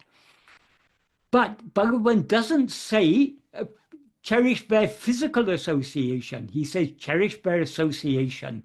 So we can that also applies to associating with Bhagavan mentally. In other words, meditating on his name and form, or thinking about his teachings. That is the best that is a better satsanga than just being in Bhagavan's physical presence. Likewise with the other verses, we shouldn't. People have a very gross understanding of satsanga. They take satsanga means you have to be in the physical presence, but Bhagavan's primary teaching is I am not this body. That is, we are not the body. If we are not the body, then he is not the body. So Bhagavan is not physical. When Bhagavan says, Kadavulam Guruvum Unmayal Verala, God and Guru are in truth not different, we should understand from that Bhagavan is not just the physical form that he seems to be. Bhagavan is God himself. He is our own reality, what is ever shining in our heart as I. So turning our attention within, as guided by his teachings, is the best satsanga. I hope that's an adequate answer to that question, those two questions.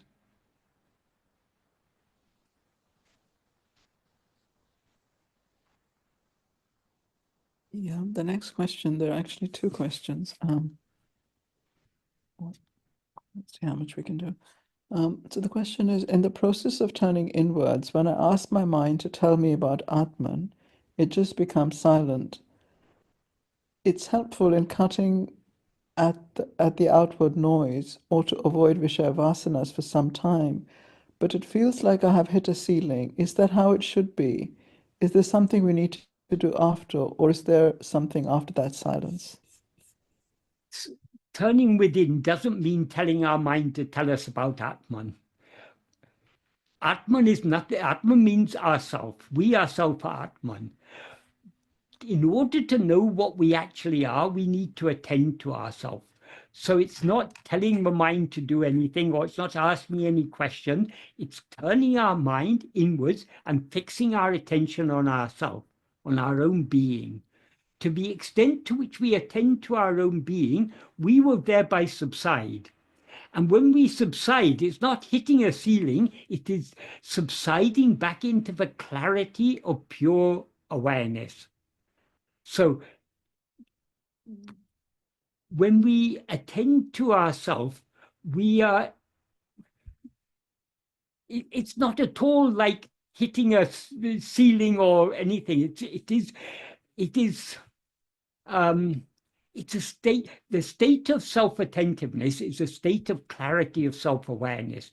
This is why Bhagavan called it sporana. Sporana means that fresh clarity of self-awareness that we experience to the extent to which we attend to ourselves.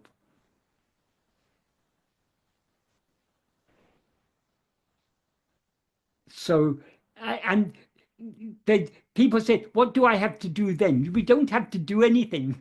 By attending to ourselves, we as ego subside, and when we, ego, the doer, subside, all doing comes to an end. So by attending to ourselves, we are subsiding in the state of summa iruptu, just being. Subsiding and dissolving in that state. So that is all that is. It's not a matter of doing, it's a matter of turning our attention within and thereby subsiding and ceasing to do.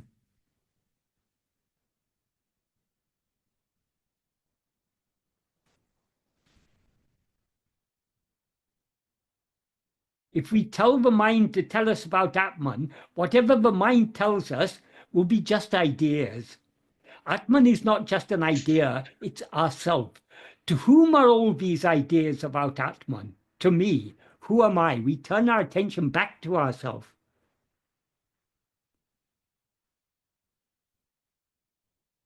Atman is that is what we actually are, is beyond thoughts and words. So we can know ourselves only by subsiding back into our own being, ceasing to rise as ego. And to cease rising as ego, we need to attend to ourselves. It's as simple as that.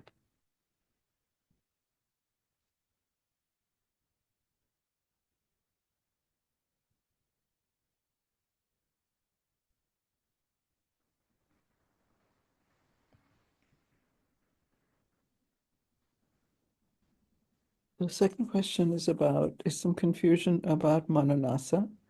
As I understand, being unstable or being drawn to Vishaya vasanas is the fundamental nature of mind.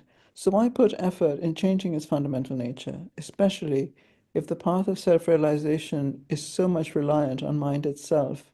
After all, we need the same mind to remove its ignorance. What is the mind? Bhagavan used to say, the same awareness, when turned outwards, is called ego or mind. When that same awareness is turned inwards, it is our real nature. Mind is not anything other than our real nature, but it is not what our real nature actually is. Just like if you want to see the reality of the snake, you have to look at the snake very carefully. When you look at the snake very carefully, you see that it is just a rope. The snake was never anything other than the rope, but it was never actually a snake, it was only a rope. Likewise, in order to see what we actually are, we need to, now we seem to be ego or mind. Only by attending to this ego or mind, that means to I, will we see what we actually are.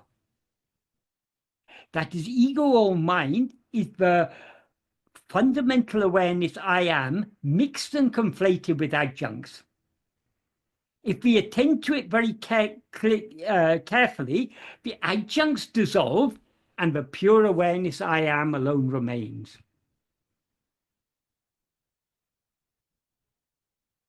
So the mind that is now turned outwards, we need to turn within. To the extent to which we turn it within, it ceases to be mind and remains as it actually is, which is the pure awareness I am.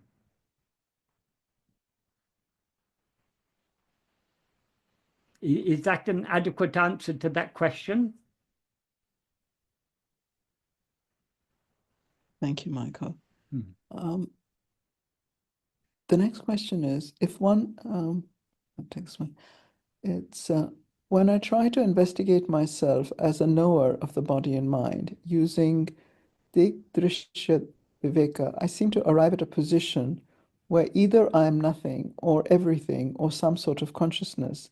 But from there, I do not know what else to look for or what is the way ahead.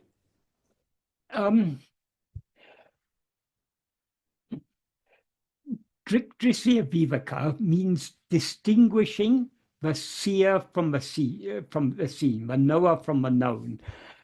though in the text called Drisya Viveka, it is described in words.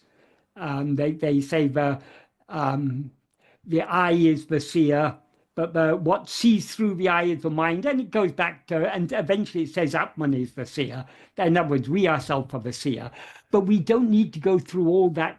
I mean, that is just an analytical process for clarification of the idea. But Drisya Viveka in practice is turning our attention away from whatever is known, in other words, all objects or phenomena, back towards ourself, the knower. In other words, being self-attentive is the true Drisya Viveka. But in order to be self-attentive, we need to be able to distinguish ourselves from all these other things. So all objects or phenomena are Drisya. They're things that are known. They're things that are seen, metaphorically speaking. In other words, things that are perceived, we can say. What we are investigating is not anything that is perceived, but the perceiver of all these things. So we need to turn our attention away from all other things, back towards ourselves.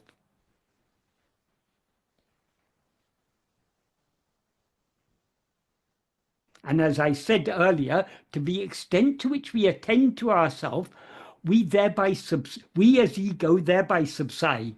And if we attend to ourselves keenly enough, we will dissolve forever back into our own reality, our own being, the pure awareness I am.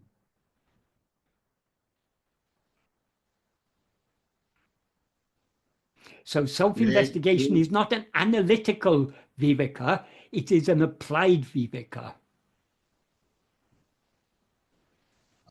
May I say something? Yes, certainly.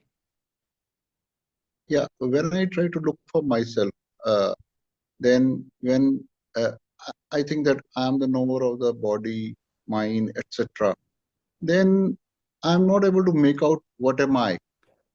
So since it's not a matter of cannot be an looking. object, It's not a matter of looking for ourselves. It's a matter of looking at ourselves. We all know ourselves. We all know I am. We're clearly aware of ourselves. We need to simply attend to ourselves.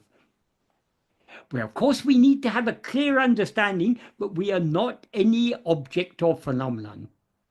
We are that which knows all these things. So we have to look within to see ourselves as we actually are. We're not looking for something unknown. We are never unknown, but we are now aware of ourselves mixed and conflated with adjuncts. Now you're aware of yourself. I am Aman. yes. Aman is the name of a body, the name of a person. This is not what you actually are. You are not Aman, you are I. That which is aware of itself as I am Aman, that is what you need to investigate. So we need to turn our attention away from all objects or phenomena, away from all ideas, back to the one to whom all these things appear. That's why Bhagavan often said, investigate whatever may appear, investigate to whom it appears. Right. So when you're aware of anything, that is, all knowledge, all experience takes the form of I know this, I experience this, I am aware of this. So there's the thing that you're aware of, the means by which you're aware of it, the means by which you know it. For example, if you say, I see this, what you see is an object. The means by which you know that object is seeing. But who is the seer? You are the seer. So you need to turn your attention back to yourself, turn your attention away from everything that is known, turn your attention away from the process of knowing, back towards the one who knows all this. Words can only serve as a pointer. This cannot be adequately expressed in words, because what we actually are is beyond words. But the words of Bhagavan's teachings are, they're pointing us in a particular direction. We need to go in that direction. That direction is back towards ourselves. So there's so many very clear pointers that Bhagavan has given us. So we need to follow those pointers, to turn our attention back to ourselves. Right. Thanks a lot. Thanks a lot. Yeah.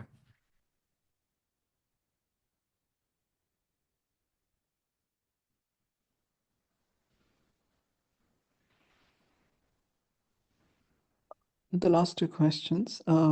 Michael, are you okay for going on? Or Yeah, okay, for a while anyway.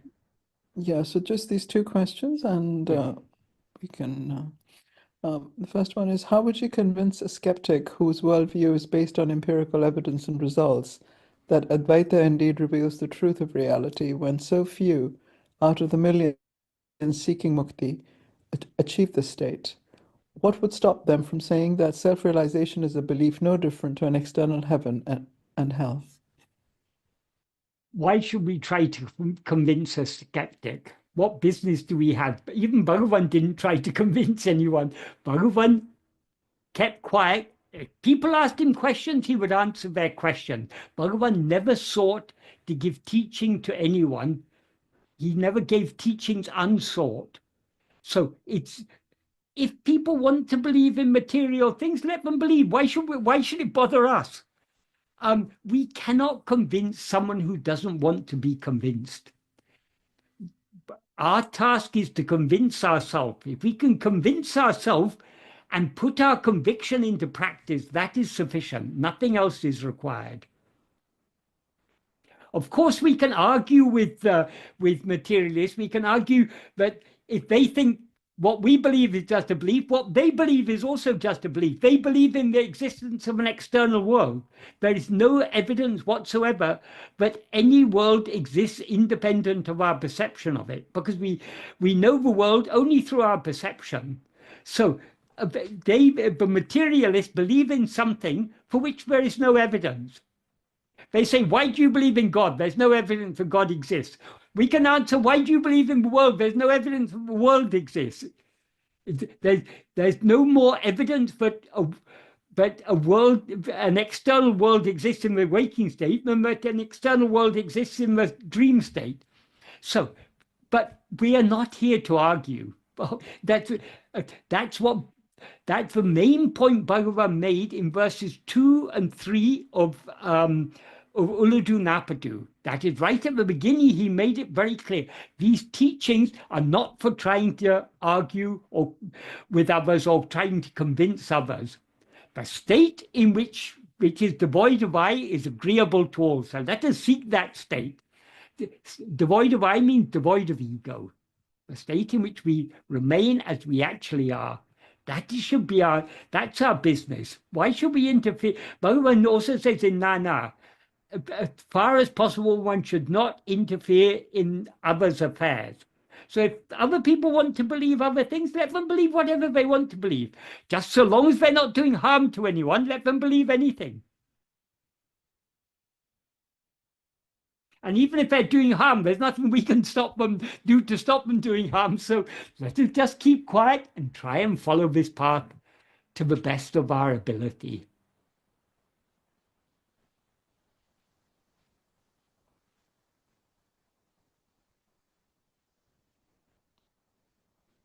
Even though Bhagavan has supplied us with lots of very powerful arguments to argue against all other philosophies and beliefs, he had given us these for us to convince ourselves, not for us to convince others.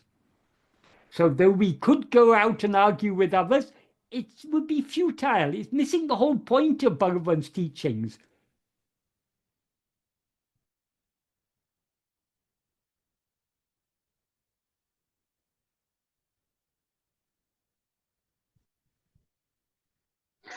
Michael, could I just follow up on that, please? Yes. I was just going to say, in the time of Adi Shankaracharya, isn't it true that he like almost saved, well, I don't know, Sanatana Dharma from extinction because of this healthy style debating culture where he would debate with Buddhists and whatnot.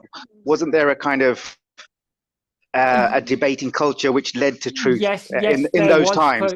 For thousands of years, there was a debating culture. Adi Shankara came with a divine mission. Are we Adi Shankara? We are not.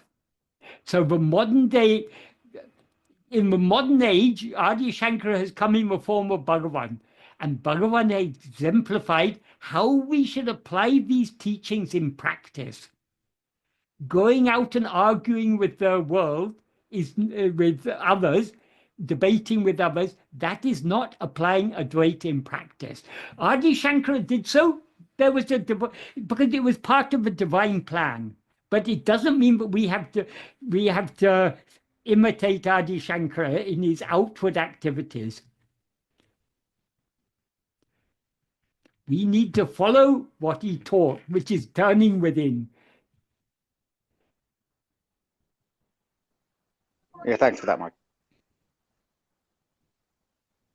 Move on to the next question, Michael. If one takes the spectrum from waking to dream to sleep, as you are suggesting, isn't there a gradation from more concrete to less concrete and to more liquid to liquid? And to follow this gradation inwardly, one is leading to an eventual full liquidity embodied in the phrase, the ocean of bliss. So in a sense, is not the path of self-inquiry essentially a path of dissolving the strength of identification and finite concrete materiality towards an ultimate fluidity of spirit? Yes, in the language of metaphor, we can say so. Bhagavan in Aksharamlai, in verse 101, I think, he sings Ambu Vilalipol, Amburu Vunilene, Anbai Kare Ṛaruṇācala. Like ice in water, graciously melt me as love in you, the form of love. So there he's using the analogy of the solid ice dissolving in water. So yes, but this is all analogy. We need to understand what it's referring to. It's not literally solid and liquid, but we can use solid and liquid as analogy for illustrating this. And regarding waking, dream, and sleep, it's not a gradation, but waking is grosser, dream is subtler, sleep is subtler. Waking and dream are both equally gross.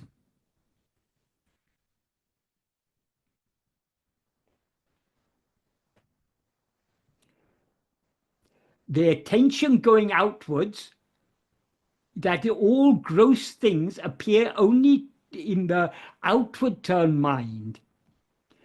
So we need to cease turning our mind outwards, we need to turn it back within and dissolve back into our own being. Which, though it can be compared to the ocean of bliss or the ocean of love or whatever, it is beyond all differences such as liquid and solid. It is just pure being, pure satchit, being awareness, which is itself ananda, which is itself love.